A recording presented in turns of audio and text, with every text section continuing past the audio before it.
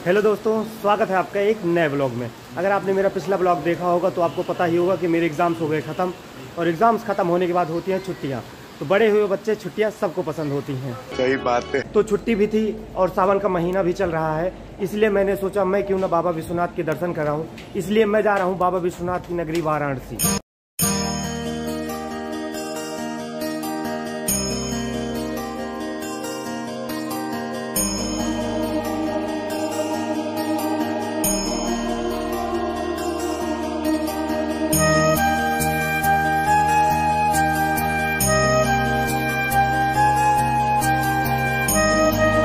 मैं platform number 1 पर खड़े होकर कर रहा होता हूँ ट्रेन का इंतज़ार, और तभी अनाउंसमेंट होती है कि ट्रेन प्लेटफॉर्म नंबर 2 पर आएगी।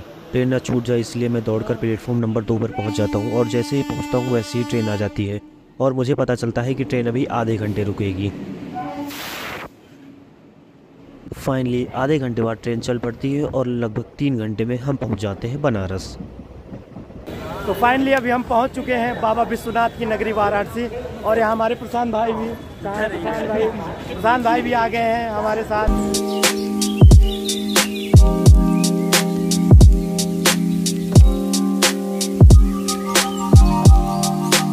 ट्रेन से उतरने के बाद घाट तक जाने के लिए हमें किसी वाहन की आवश्यकता थी, और तभी एक विद्युत से चलने वाले वाहन मतलब ई रिक्शा पर हम बैठ जाते हैं। ई रिक्शा पर बैठने के बाद हम चल पड़ते हैं माँ गंगा की घाट की ओर। कुछ दूर चलने के बाद हमें पता चलता है कि इसके बाद 3 व्हीलर या 4 व्हीलर की एंट्री अलाउड नहीं है। इसके बाद हमें पैदल चलकर घाट तक जाना था, और चलते हुए मैंने एक बात नोटिस की कि सारे घर एक ही कलर के पेंट हुए हैं।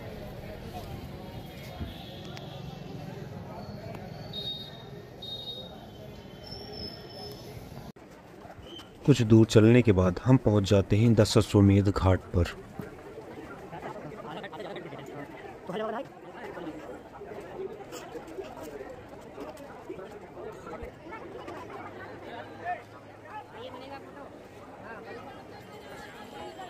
तो फाइनली अभी हम पहुंच चुके हैं माँ गंगा के घाट पर। हर हर महादेव, हर हर महादेव। दशाश्वमेध घाट पर हम करते हैं स्नान और चल पड़ते हैं बाबा विश्वनाथ जी का दर्शन करने।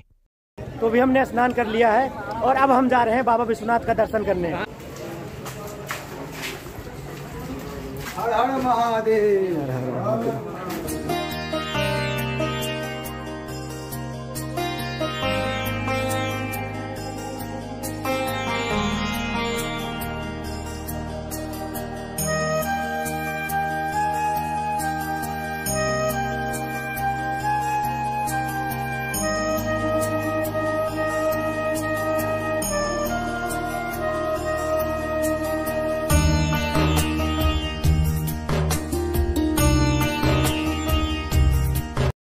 तो ये है मंदिर का एंट्री गेट, और इसके बाद ना मोबाइल पर्स या आपके पास जो भी हो वॉच आप कुछ नहीं ले जा सकते। इसलिए मैं जा रहा हूँ प्रसाद लेने और ये सब जमा करने।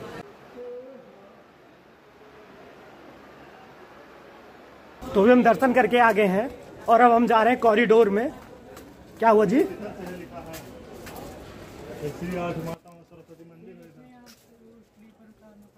कुछ नहीं उतारना पड़ेगा।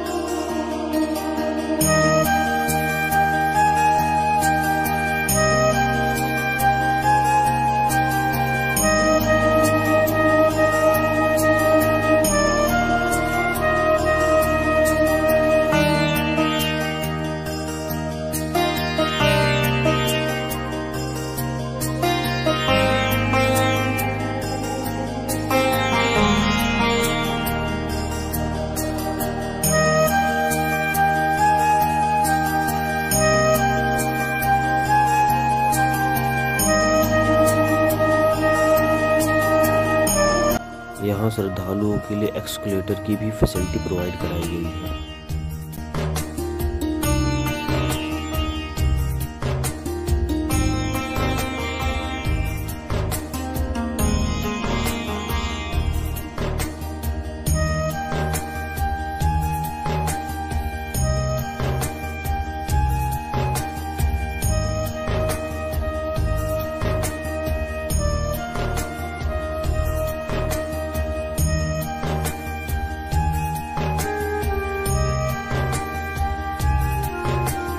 काशी विश्वनाथ कॉरिडोर में घूमने के बाद हम चले जाते हैं श्री साम्राज्येश्वर पशुपतिनाथ महादेव मंदिर में, जिसका रास्ता कॉरिडोर से होकर ही जाता है। इस मंदिर को नेपाली मंदिर भी कहते हैं क्योंकि इस मंदिर का आर्किटेक्चर नेपाल के मंदिरों के जैसा ही है।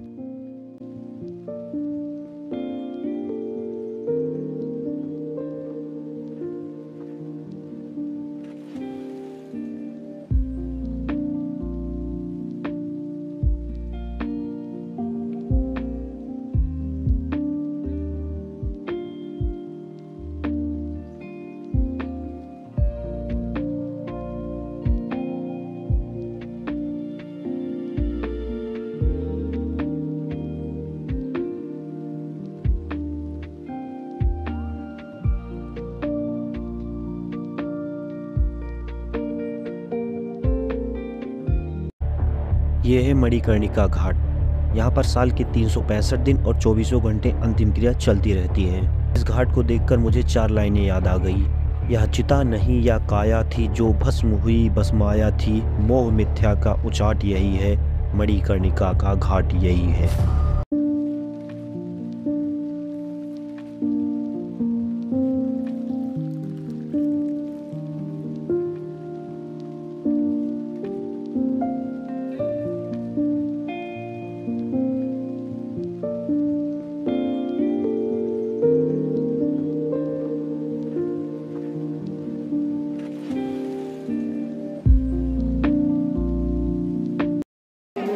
कॉरिडोर में कुछ समय घूमने के बाद हम चले जाते हैं माँ गंगा की आरती करने।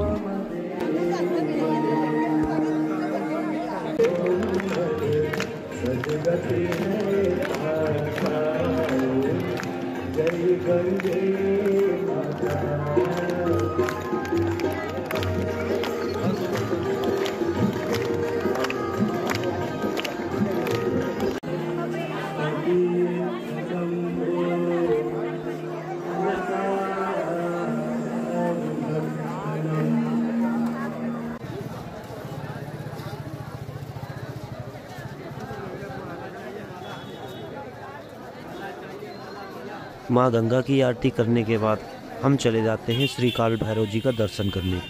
मंदिर में मोबाइल अलाउड नहीं था, इसलिए मैं मंदिर का वीडियो नहीं बना पाया।